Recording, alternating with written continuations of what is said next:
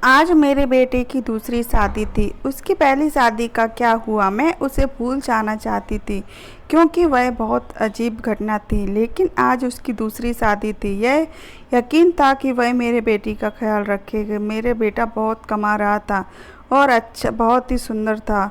वह एक परिवार का मात्र एक वारिस था।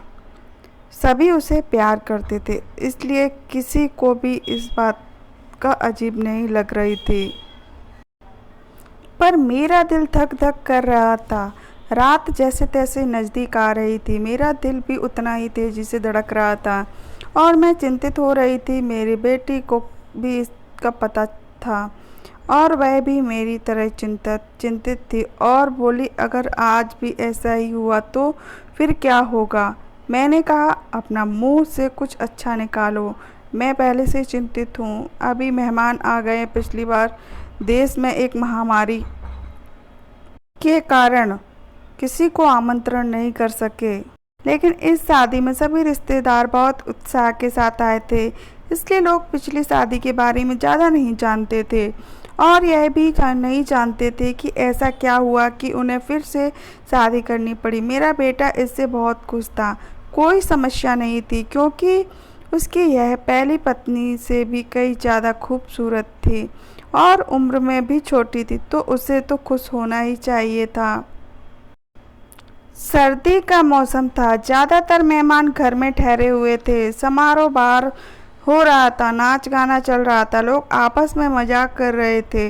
मैंने अपनी जेठानी से कहा, दुल्हन दूसरे शहर से आई है और बहुत थकी हुई है। मुझे लगता है उसे दूल्हे के कमरे में नहीं भेजना चाहिए। मेरी जेठानी ने कहा, तुम्हें क्या हो गया है?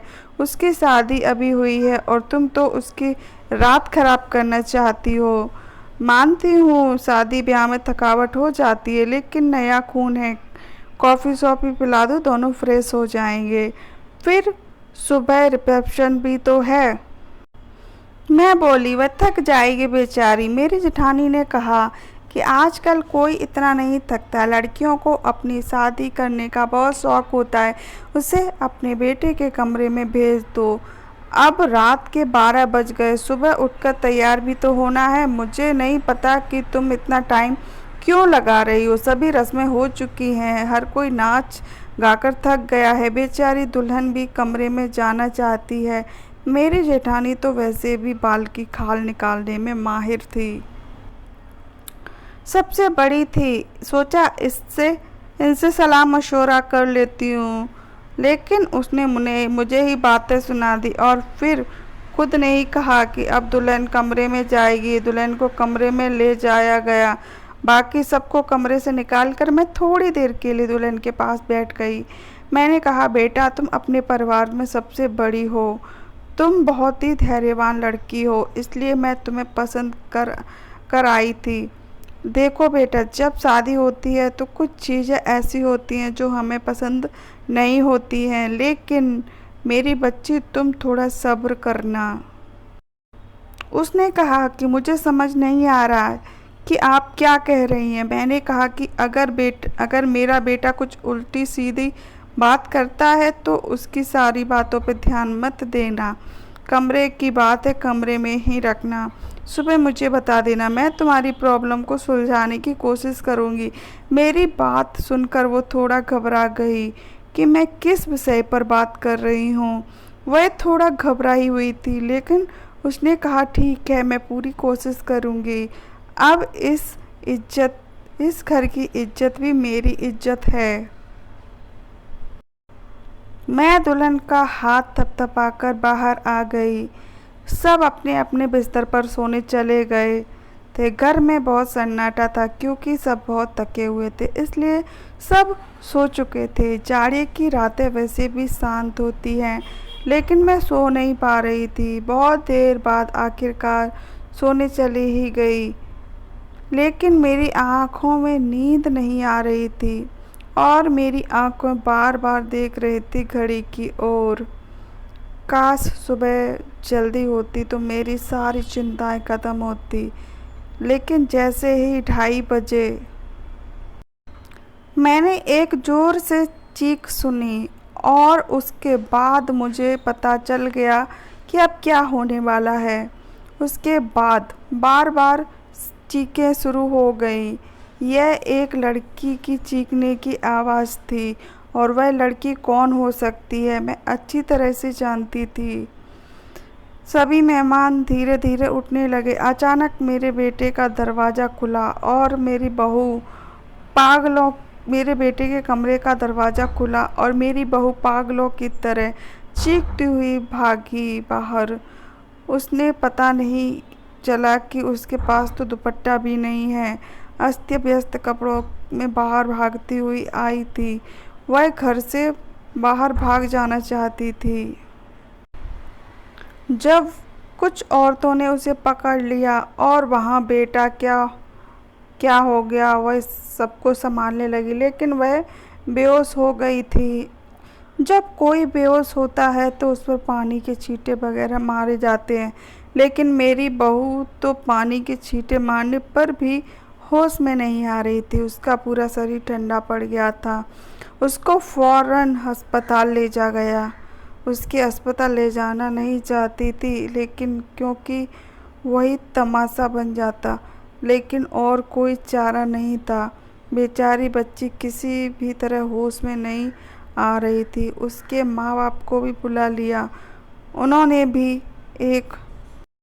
भी एक दूसरे के कानों में बातें करनी शुरू कर दी।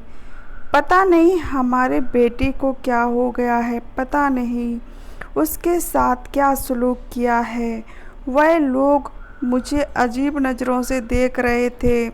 सवाल ही सवाल हर तरफ से थे और मैं बेचारी परेशान सी हॉस्पिटल में घूम रही थी। मैंने घर आकर अपने बेटे से पूछना चाहा कि उसने क्या किया, तो वह कमरे में ही नहीं था। उसका फ़ोन भी बंद था। कमरे की हालत बिल्कुल नॉर्मल थी। कोई भी ऐसी हरकत नहीं लग रही थी। कोई चीज़ टूटी फूटी नहीं थी यहाँ, या उसने अपनी बीवी पर हाथ उठाया होता तो लोगों के सवालों से बचने के लिए शायद मेरा बेटा कहीं चला गया था। फ़िलहाल तो मुझे मेरी बहू की फ़िक्र थी। अस्पताल से वापस आई 2-3 घंटे में अस्पताल वालों ने मेरी बहू को छुट्टी दे दी। मेरी बहू हमारे घर नहीं आना चाहती थी, बहुत ज़्यादा घबराई हुई थी, लेकिन उसकी माँ ने उसे समझाया कि तुम्हारी ससुराल ही चलते हैं, नहीं तो लोगों को क्या जवाब, लोगों की तरह तरह की बातें बनाएंगे। मैंने भी अपनी बहू को समझाया कि बेटी, सुबह मुंह दिखाई की रस्म पूरी हो जाए फिर अपनी माँ के साथ चली जाना, मैं तुम्हें नहीं रोकूंगी। मेरी बात सुनकर मेरी बहू गुस्से में आ गई और बोली, भाड़ में गई आपकी रस्में। आपके घर में एक पल के लिए भी मैं नहीं रहूँगी। मैं अपने घर जाऊँगी और मुझे अपने घर जाने से कोई समाज नहीं रोक सकता और ना ही कोई कानून। मैं एक पढ़ी लिखी लड़की हूँ और मुझे अपनी ज़िंदगी अपने तरीके से जीने का हक है। मुझे आपके बेटे के साथ एक पल भी नहीं रहना। ना मेरी बहू ने अपना फैसला सुना दिया था। मैं चुपचाप आंखों में आंसू लिए उसे देख रही थी। यह तो पहले भी हो चुका था जब अरविंद की पहली शादी हुई थी। लड़की थी, वह मेरी दोस्त थी और वह उसे पसंद करती थी। उसे बहुत खुशी के साथ घर ले आई थी। इन लोगों ने हमारा बहुत सहयोग किया था। वह एक अमीर पिता की बेटी थी। वह बहुत ही अच्छी लड़की थी। मुझे भी उसका घर आना जाना अच्छा लगता था। कुछ ही दिनों में मैंने महसूस किया कि जैसे वह अरविंद को पसंद करने लगी है और शायद इसीलिए रिश्ता भेजा था। लेकिन शादी के बाद उसके साथ भी ऐसा ही हुआ था। शादी की पहली रात वो चिल्लाते हुए कमरे से बाहर भागी और उसके बाद मेरे बेटे की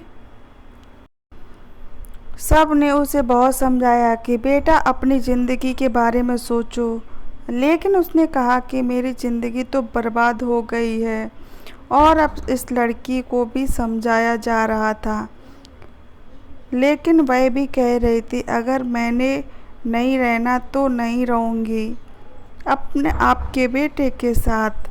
मेरा बेटा भी कोई जवाब नहीं दे रहा था, पता नहीं कहाँ चला गया था। लड़की का बाप बार बार पूछ रहा था कि उस व्यक्ति को बुलाओ, हमें उससे पूछना है कि हमारी बेटी के साथ क्या किया। अरविंद भी घर आ चुका था।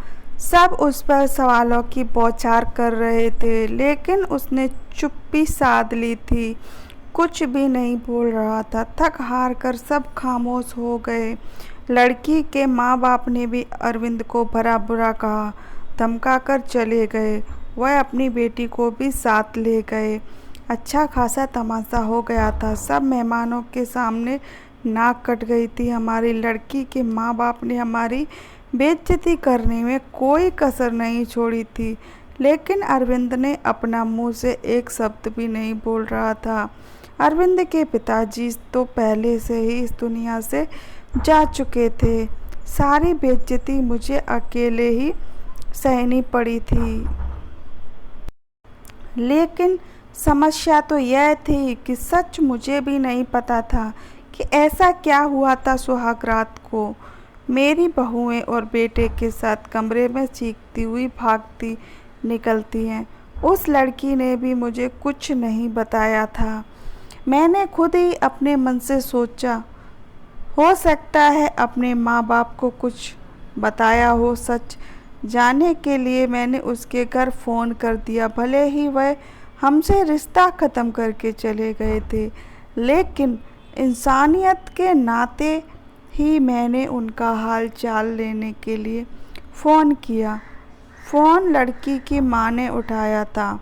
मैंने पूछा, अब तबीयत कैसी है आपकी बेटी की? मेरी आवाज़ सुनते ही वह बहुत ज़ोर से भड़क गई थी। बोली थी, मेरी बेटी अब तक ठीक नहीं हुई है। खबरदार आगे से आपने फ़ोन किया। यह सुनकर मैं बहुत ज़्यादा परेशान हो गई थी। मेरी पहली बहू के साथ भी ऐसा ही हुआ था। मेरे बेटी ने बताया था कि वह कम से कम 6-7 महीने तक बीमार रही थी। आखिर क्या प्रॉब्लम थी मेरे बेटे को?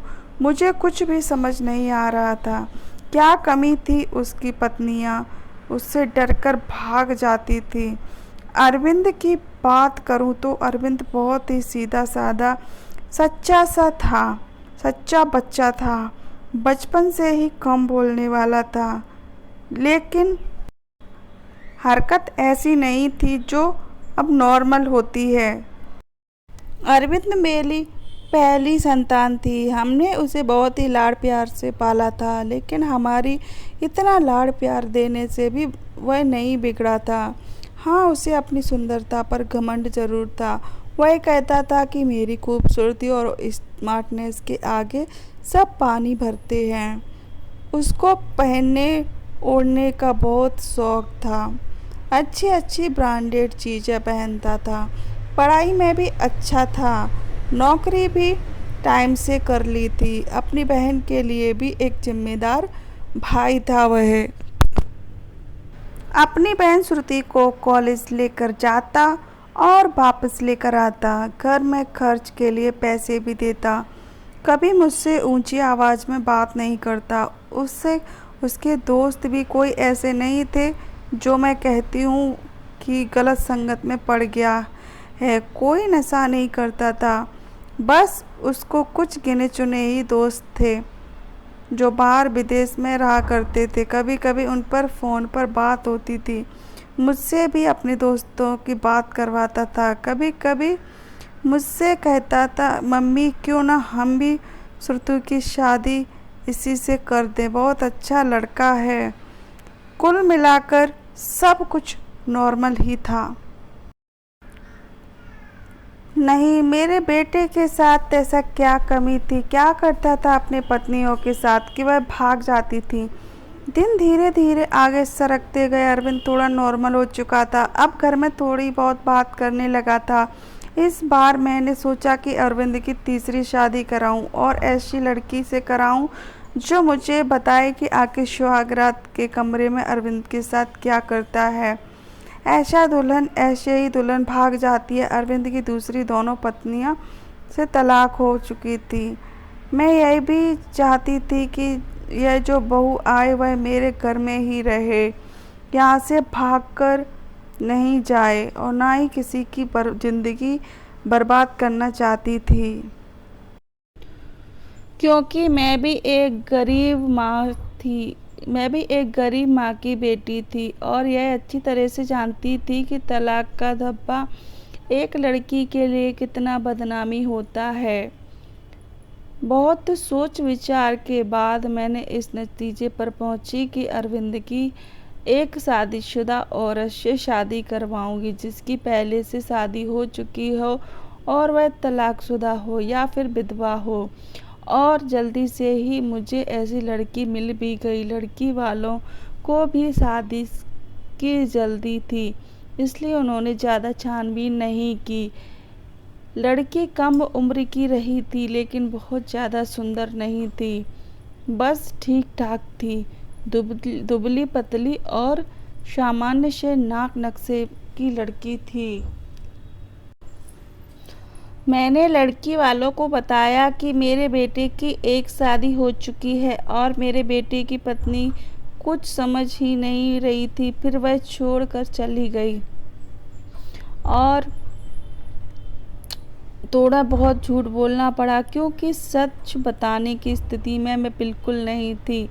लड़की वालों ने शादी के लिए राजी हो गए। मैंने अरविंद को एक फ़ोटो दिखाई तो शादी के लिए साफ इनकार कर दिया। बोले, मुझे नहीं करनी है शादी, इतनी आम सी शक्ल सूरत की लड़की से मुझे शादी नहीं करनी है।